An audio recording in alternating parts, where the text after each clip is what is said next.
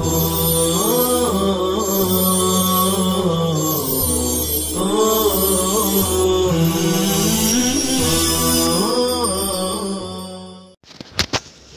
اللہ الرحمن الرحیم انی اتشرف بحمد اللہ الذی منح الانسان قوة النطق والتکلم والصلاة والسلام علی محمد بن عبد اللہ سید الکونین وسید الانام محمد صلی اللہ علیہ وسلم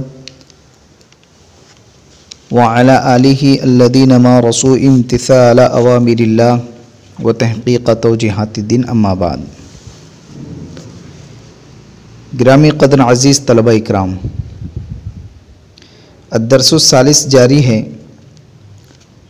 جس میں ہمیں صاحب کتاب نکرہ کے بعد آنے والے جملے کو صفت بنایا جاتا ہے، اس قاعدے کی مشق کروا رکھے ہے.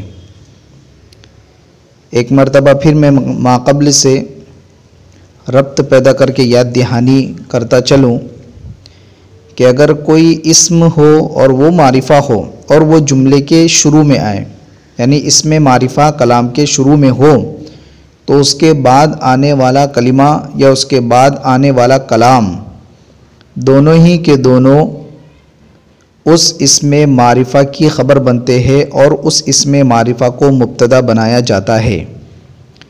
نمبر 2، اگر کوئی اسم معرفہ درمیانے کلام میں آئے، یعنی وسط کلام میں آئے، تو ایسی صورت میں اس اسم معرفہ کو ذوالحال اور اس کے بعد میں آنے والے جملے کو حال بنایا جاتا ہے، کیونکہ ذوالحال معرفہ ہوتا ہے اور حال نکرہ ہوا کرتا ہے، اور جملہ چونکہ نکرہ کے حکم میں ہوتا ہے اس لیے اسے حال بنانا آسان ہوتا ہے.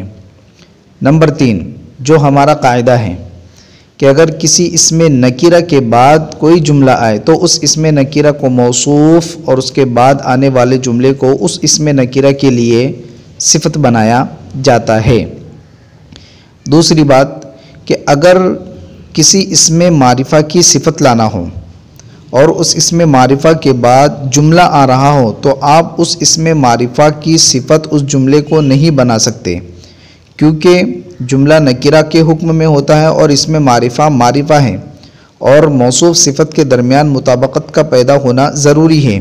اس لیے اگر اس اسم معرفہ اور اس جملے کے درمیان آپ کو مطابقت پیدا کرنا ہو اور اس اسم معرفہ کی اس جملے کو صفت بنانا ہو تو ایسی صورت میں اسم موصول کا استعمال کیا جاتا ہے، تاکہ اس اسم موصول کے اندر جو معرفہ کی خاصیت ہے وہ ما قبل کے اسم معرفہ سے مطابقت میں برابر ہو جائے اور دونوں کا موصوف صفت کی ترکیب ہونا بالکل صحیح ہو. تمرین نمبر 22 کو ہم حل کرنے جا رہے ہیں. آئیے چلتے ہیں بلا کسی تاخیر کے تمرین کی طرف. وصف المستشفیٰ، عربی میں ترجمہ کیجئے. وصف المستشفیٰ، دواخانے کی صفت یعنی دواخانے کی حالت. میرا ایک پڑوسی تھا جو کسی کارخانے میں کام کرتا تھا. میرا ایک پڑوسی تھا جو کسی کارخانے میں کام کرتا تھا. پہلے ہم ترجمہ کر لیں گے عربی میں، اس کے بعد صاحب کتاب نے جو قاعدہ بیان کیا اس قاعدے کے مطابق ہم ان جملوں کو دکھائیں گے، یعنی بتلائیں گے کہ یہ جملہ نکرہ کے بعد ہے اور اس جملے کو ہم نے یہاں صفت بنایا ہے.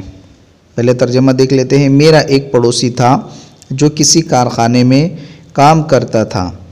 کان لی جارن، کان لی جارن، میرا ایک پڑوسی تھا. یعمل فی مصنع، جو کسی کارخانے میں کام کرتا تھا. کان لی جارن یعمل فی مصنع. ایک مرتبہ وہ ایسا بیمار ہوا کہ اس کے گھر والے پریشان ہو گئے.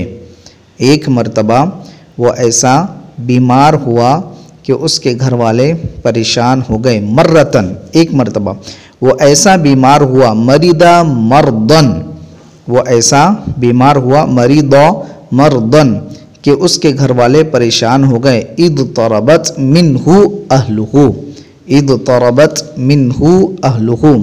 مرتن،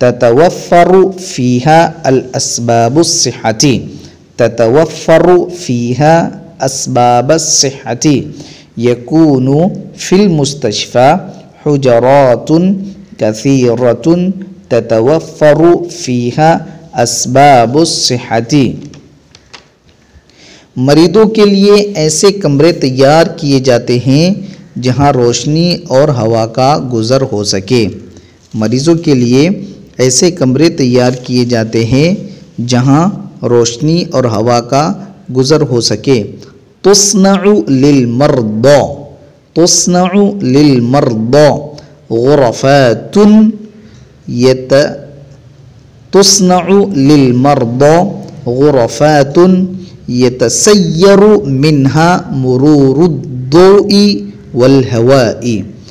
تصنع للمرضى غرفات يتسير منها مرور الضوء والهواء. مرور الضياء بھی آپ کہہ سکتے ہیں اور الہوائی کی جگہ الریح بھی آپ کہہ سکتے ہیں. مریضوں کے لیے ایسے کمرے تیار کیے جاتے ہیں جہاں روشنی اور ہوا کا گزر ہو سکے. تصنع للمرضى غرفات يتسير منها مرور الضياء والهواء. یہ تھی تمرین نمبر 22 کا پہلا پیراگراف. انشاءاللہ باقی ماندہ پیراگراف اگلی تمرین میں اور اگلے درس میں حل کیا جائے گا. وصلی اللہ علی نبینا محمد وعلی آلہ وصحبہ اجمعین.